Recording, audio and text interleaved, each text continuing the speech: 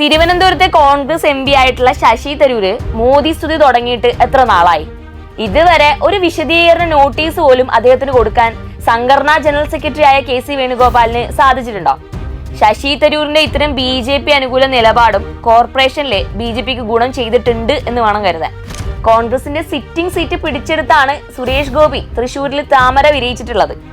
നിയമസഭയിൽ ഉണ്ടായിരുന്ന BJP. Account CPM പൂട്ടിച്ചപ്പോ ലോക്സഭയിലേക്ക് പുതിയ അക്കൗണ്ട് തുറന്നു നൽകിയത് തന്നെ കോൺഗ്രസ് ആണ്. അതായത് നിയമസഭാ തെരഞ്ഞെടുപ്പിൽ നടക്കാൻ പോകുന്നത് 100% രാഷ്ട്രീയ പോരാട്ടമാണ്. ശക്തമായ ത്രികോണ മത്സരത്തില് ഭരണവിരുദ്ധ വോട്ടുകൾ ഭിന്നിച്ചു പോയാലും അതിന്റെ നേട്ടം ഇടതുപക്ഷത്തിനാണ് ലഭിക്കുക. ബി.ജെ.പി. അധികാരത്തിൽ വരുന്നത് തടയാൻ കോൺഗ്രസ് തയ്യാറാണെന്നും തദ്ദേശ തെരഞ്ഞെടുപ്പിലെ UDFന്റെ വിജയത്തിൽ സംസ്ഥാന സർക്കാരിന് വലിയ പങ്കുണ്ടെന്നുമാണ് AICC general secretary K C. Venugopal പറയുന്നത്. ഇതേക്കുറിച്ച് എന്താണ് പറയാനുള്ളത്? രാജ്യം ഏറ്റവും കൂടുതൽ ഭരിച്ച പാർട്ടിയാണ് കോൺഗ്രസ്, അക്കാര്യത്തിൽ സംശയമില്ലല്ലോ. ആ കോൺഗ്രസിലെ നേതാക്കളും ജനപ്രതിനിധികളും കൂടുമാറി തന്നെയാണ് ബി.ജെ.പിയെ രാജ്യത്ത് ഇന്ന് കാണുന്ന രൂപത്തിലേക്ക് വളർത്തിയിട്ടുള്ളത്. നരേന്ദ്രമോദി പ്രധാനമന്ത്രിയാകുന്നത് തടയാൻ പറ്റാത്തവരുടെ കേവലം ജൽപ്പനായി മാത്രമേ ഈ ഒരു പ്രതികരണത്തെയും തൽക്കാലം വിലയിരുത്താൻ കഴിയുള്ളൂ. ഏറ്റവും ഒടുവിൽ നടന്ന ബീഹാർ നിയമസഭാ തെരഞ്ഞെടുപ്പിൽ പോലും ദയനീയ പരാജയമാണ് കോൺഗ്രസിന് ഉണ്ടായിട്ടുള്ളത്. കോൺഗ്രസിന്റെ സംഘടനാ ജനറൽ സെക്രട്ടറി ആയ കെ.സി. വേണുഗോപാല് ആദ്യം മറുപടി പറയേണ്ടതും ആ പരാജയത്തിനാണ്. തിരുവനന്തപുരം കോർപ്പറേഷനിലെ ബി.ജെ.പിയുടെ വിജയമാണ് ഇത്തരം ഒരു പ്രതികരണം നടത്താൻ കോൺഗ്രസ് നേതാക്കളെ പ്രേരിപ്പിച്ചിട്ടുള്ളത് എങ്കിൽ അതിനും കൃത്യമായി മറുപടി പറയാനുണ്ട്. തൃശ്ശൂരിൽ നിന്നും ബി.ജെ.പിക്ക് ലോക്സഭയിലേക്ക് അക്കൗണ്ട് ഉണ്ടായത് ആരുടെ അക്കൗണ്ട് തകർത്തുകൊണ്ടാണെന്ന് മറ്റാര് പറഞ്ഞാലും കെ.സി. വേണുഗോപാല് മറക്കാൻ പാടില്ല. കോൺഗ്രസിന്റെ സിറ്റിംഗ് സീറ്റ് പിടിച്ചെടുത്താണ് സുരേഷ് ഗോപി തൃശ്ശൂരിൽ താമര വിരിയിച്ചിട്ടുള്ളത്. നിയമസഭയിൽ ഉണ്ടായിരുന്ന ബി.ജെ.പി. അക്കൗണ്ട് CPM പൂട്ടിച്ചപ്പോ ലോക്സഭയിലേക്ക് പുതിയ അക്കൗണ്ട് തുറന്നു നൽകിയത് തന്നെ കോൺഗ്രസ് ആണ്. ആ തെരഞ്ഞെടുപ്പിൽ 3ാം സ്ഥാനത്തേക്കാണ് കെ. മുരളീധരൻ തള്ളപ്പെട്ടിരുന്നത്. ഇതെല്ലാം വസ്തുതകളായി ഇങ്ങനെ മുന്നിൽ നിൽക്കുമ്പോൾ കണ്ണട ചിരിട്ടാക്കാൻ ശ്രമിക്കുന്നത് എന്തായാലും ശരിയായ കാര്യമല്ല. അപ്പോൾ ബി.ജെ.പിയെ തടഞ്ഞു നിർത്താനേ കോൺഗ്രസ് ഒന്നും ചെയ്തിട്ടില്ലെന്നാണോ പറഞ്ഞു വരുന്നത്? കേരളത്തിലെ ബി.ജെ.പിയെയും സംഘപരിവാർ രാഷ്ട്രീയത്തെയും തടഞ്ഞു നിർത്തുന്നതിലെ ഏറ്റവും വലിയ പങ്ക് വഹിച്ചിരിക്കുന്ന പാർട്ടി CPM ആണ്. അതിന് ചൂണ്ടിക്കാട്ടാൻ ഒരുപാട് ഉദാഹരണങ്ങളും നമുക്ക് മുന്നിലുണ്ട്. എങ്കിലും തിരുവനന്തപുരം കോർപ്പറേഷനിലെ ബി.ജെ.പിയുടെ ഈ അട്ടിമറി വിജയത്തെ ചെറുതായി കാണാനും കഴിയില്ല. കേരളത്തിൽ കോലീബി മുന്നണി ഉണ്ടാക്കി ബി.ജെ.പിയുമായി കൂട്ടുകൂടിയ ചരിത്രം മാത്രമാണ് കോൺഗ്രസിനും ലീഗിനുള്ളത്. അക്കാര്യം കൂടുതൽ ചർച്ച ചെയ്യാതിരിക്കുന്നതാണ് തൽക്കാലം നല്ലത്. സംസ്ഥാനത്ത് തന്നെ ബി.ജെ.പിക്ക് ഏറ്റവും ശക്തമായ അടിത്തറയും സംഘടനാ സംവിധാനവും ഉള്ളത് തിരുവനന്തപുരത്താണ്. കഴിഞ്ഞ കോർപ്പറേഷനിലെ പ്രധാന പ്രതിപക്ഷവും ബി.ജെ.പി. തന്നെയായിരുന്നു. ഇടതുപക്ഷത്തിന് കോർപ്പറേഷൻ ഭരണം നഷ്ടപ്പെടാൻ പ്രധാന കാരണം കോർപ്പറേഷൻ ഭരണത്തിനെതിരെയും മേയറെയും ടാർഗറ്റ് ചെയ്ത് മാധ്യമങ്ങളും സോഷ്യൽ മീഡിയകളും ചേർന്ന് നടത്തിയ വാർത്തകളുടെ കുത്തൊഴുക്ക് തന്നെയാണ്. ഇതോടൊപ്പം തന്നെ ബി.ജെ.പി. ഭരണം പിടിച്ചാല് രാജ്യത്തെ തന്നെ 3ാമത്തെ മികച്ച കോർപ്പറേഷനാക്കി തിരുവനന്തപുരത്തെ മാറ്റുമെന്ന രാജീവ് ചന്ദ്രശേഖരന്റെ പ്രഖ്യാപനവും പ്രധാനമന്ത്രിയെ തിരുവനന്തപുരത്ത് കൊണ്ടുവരുമെന്ന വാഗ്ദാനങ്ങളും എല്ലാം നഗരവാസികളെ സ്വാധീനിച്ചു എന്ന് വേണം കരുതാൻ. കോർപ്പറേഷൻ ഭരണം ലഭിച്ചാല് 45 ദിവസത്തിനകം പ്രധാനമന്ത്രിയെ എത്തിക്കുമെന്നാണ് നഗരവാസികൾക്ക് ബി.ജെ.പി. നൽകിയിരിക്കുന്ന ഉറപ്പ്. വിഴിഞ്ഞം തുറമുഖം, അനുബന്ധ വികസനം, തിരുവനന്തപുരം മെട്രോ റെയിൽ തുടങ്ങി നഗരവാസികളുടെ പൾസ് മനസ്സിലാക്കിക്കൊണ്ടുള്ള പ്രചരണമാണ് ബി.ജെ.പി. നടത്തിയിട്ടുള്ളത്.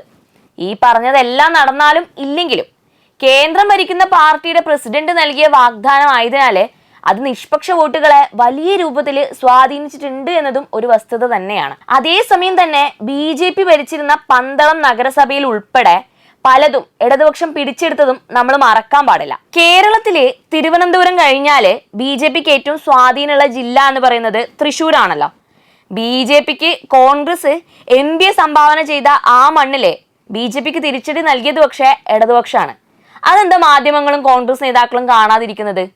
തൃശ്ശൂരിലാകെ 16 ബ്ലോക്ക് പഞ്ചായത്തുകളാണ് ഉള്ളത്. അതിൽ 12 ബ്ലോക്കുകളിലും ബി.ജെ.പിക്ക് അക്കൗണ്ട് തുറക്കാൻ പോലും കഴിഞ്ഞിട്ടില്ല.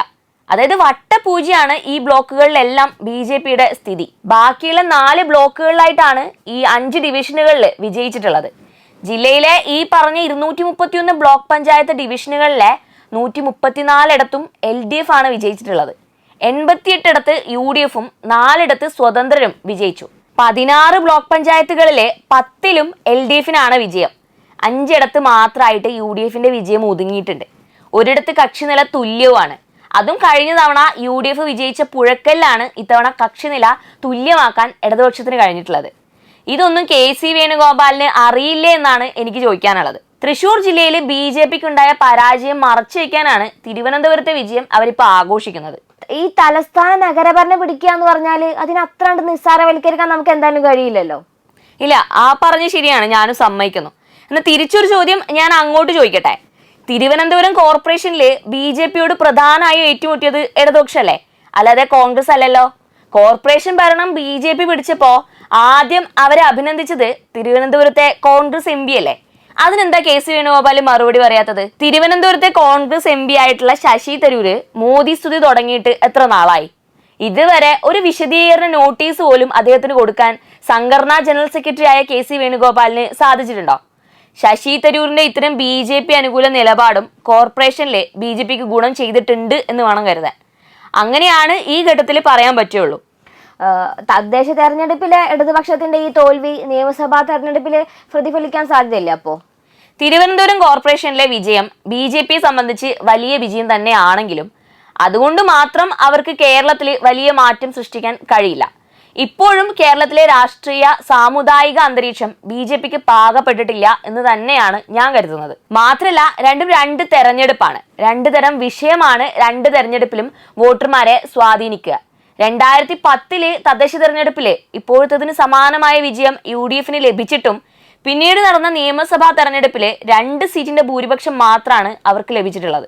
അതുകൊണ്ട് തന്നെ ഇടതുപക്ഷത്തിന് മുന്നിൽ ഇനിയും സാധ്യതകൾ ഏറെയുണ്ട്. ആ പറഞ്ഞത് എനിക്ക് മനസ്സിലായില്ല. അതായത് നിയമസഭാ തെരഞ്ഞെടുപ്പിൽ നടക്കാൻ പോകുന്നത് 100% രാഷ്ട്രീയ പോരാട്ടമാണ്. ശക്തമായ ത്രികോണ മത്സരത്തിലെ ഭരണവിരുദ്ധ വോട്ടുകൾ ഭിന്നിച്ചു പോയാലും അതിന്റെ നേട്ടം ഇടതുപക്ഷത്തിനാണ് ലഭിക്കുക.